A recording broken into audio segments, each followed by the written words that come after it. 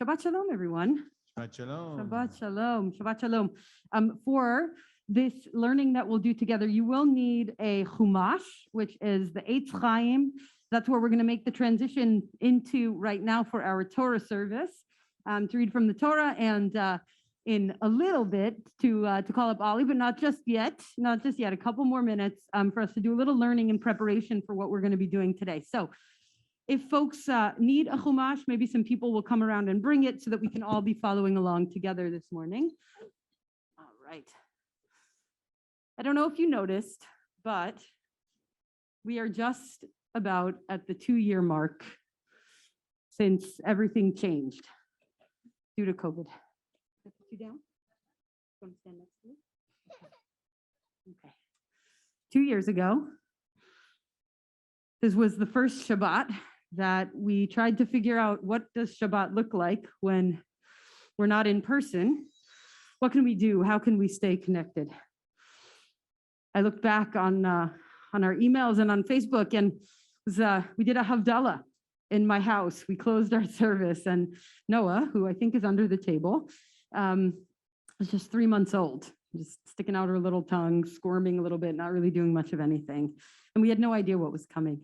And when I think back to those days, and especially the hardest days before the vaccine was made available, I have these memories, I have these moments, like when I needed a prescription, but my wife, who was a medical resident, wasn't going to be able to get it for another day or two with her schedule. And I was home with Noah, and we weren't going anywhere, literally not going anywhere. And that feeling. And I remember that first day when we had changed the Purim plans for our community, and we were all trying to figure out, what do we do? What can we do? How do we do it? We've learned so much and we've experienced so much, but I remember for myself that feeling of such deep distress of trying to decide, what do I do? Do I go? Do I not go? Do I stay home? We have a little one at home. We don't know anything. The world is really turning upside down. It's a time of really remembering, maybe a transition time. Today is a special Torah reading. If you're going to show up to services, you're going to hear one Torah reading a year, the rabbis say. This is the one. So if you're hearing it, great. If you're not, we'll find a way. We'll get the learning around it, and we'll know for next year. The Shabbat before Purim is Parshat Zakhor, Parsha of Remember. Parsha of Remember. And what I want to do is I want to look at this Parsha together. It's not very long, but I'd like you to open up, if you would, to Parshat Zakhor, which is on page 1135. And I want you to take a look with me what Parshat Zakhor is asking us. Zakhor, Parsha of Remember. 1135. And we're going to do this a little bit differently than maybe we have in quite a while, because I'm going to ask you to answer questions as we go. 1135. Would somebody volunteer to really quickly start reading? 1135, Parshat Zakhor, chapter 25, verse 17. Someone with a loud voice or a quiet voice, but a little willingness to go. Yeah, go ahead, just jump in. Okay, I'm going to actually interrupt you. English, please. But I appreciate the willingness to go to the Hebrew. We'll hear the Hebrew later from Ali. All right, thank you so much. Any immediate questions that you have about this portion? I know Rabbi Len read it from all the way over there, if you were able to follow along. Quick questions. No question is a bad question. Go ahead. Okay, great. Blot out the memory, but don't forget to blot out the memory, right? Forget the memory of Amalek. Remember, Shabbat, remember. And if you're going to show up for one Shabbat to listen to the Torah portion being read, remember so that you can forget. Great. Okay, good question. Classic question. Not necessarily going to talk about that one today, but it's a great one. What else? Any other questions? Anyone else have anything that comes up for you? Anybody a little bit confused? Yeah. Anybody a little bit confused? Yeah, did you have a question, Tom? Okay, who's Amalek? Right, that's a good question. Anyone else a little confused by this passage? So I was learning this with a sixth grader this week, and I gave them this assignment, and I said, okay, I want you to come up with a few questions. And one of their questions was, what is this about? What is happening? I'm so confused. They couldn't figure it out. And I realized, oh, that's because this isn't the actual account of the story of what happened to the Israelites. That's back in Exodus.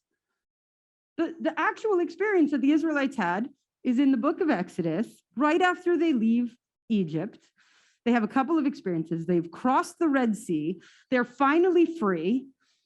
And they're attacked by a people named Amalek. And there's specific details in that story that are completely missing here, and some things that are here that are completely missing from that story. Details there was an attack, and Moses did this thing where he went up on a hill and he raised up his arms. This may be familiar to some of you. And when his arms were up, the Israelites were prevailing. And when his arms were down, they weren't prevailing. It's a really interesting story.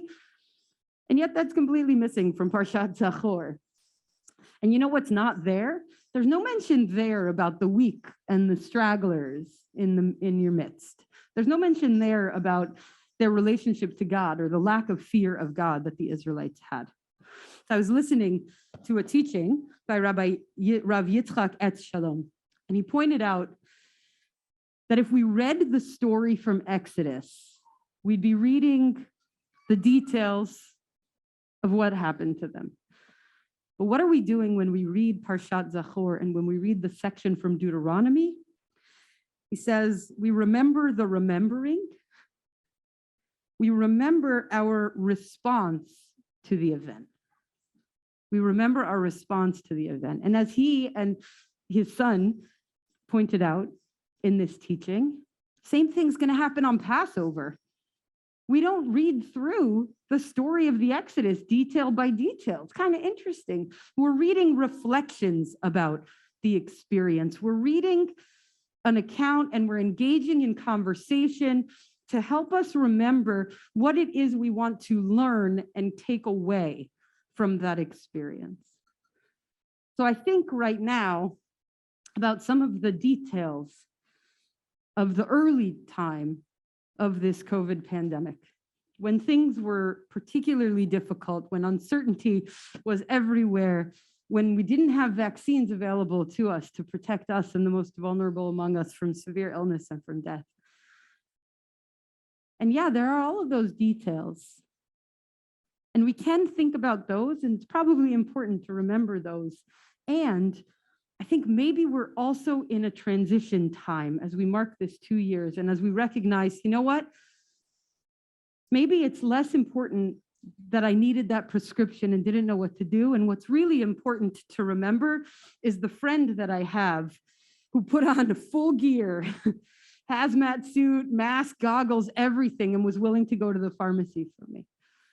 Maybe it's a little less important to think about the day-to-day stressful moments, and there were many, and more to think about what does that tell us about mental health and about the level of support that people need for mental health and for childcare, which that one's still something we need to figure out, how to support parents whose kids are trying to be in school and who are trying to get them their education. And what if instead of remembering just that anxiety of wondering about the vaccine, again, something that many parents are still holding on to, but what if instead of those details, and even that moment of getting the vaccine, what if the thing that we can take a step back on is to remember the incredible power of science and also the tragic reality, the tragic reality of irresponsible leadership and the impact that has had on the trajectory of this pandemic. So I invite you today on Parshat Zakhor, toward the end of our Torah service, as you listen to these words and we remember the hatred and the attack on the vulnerable that took place when the people Amalek attacked the Israelites soon after they left slavery, soon after they left Egypt.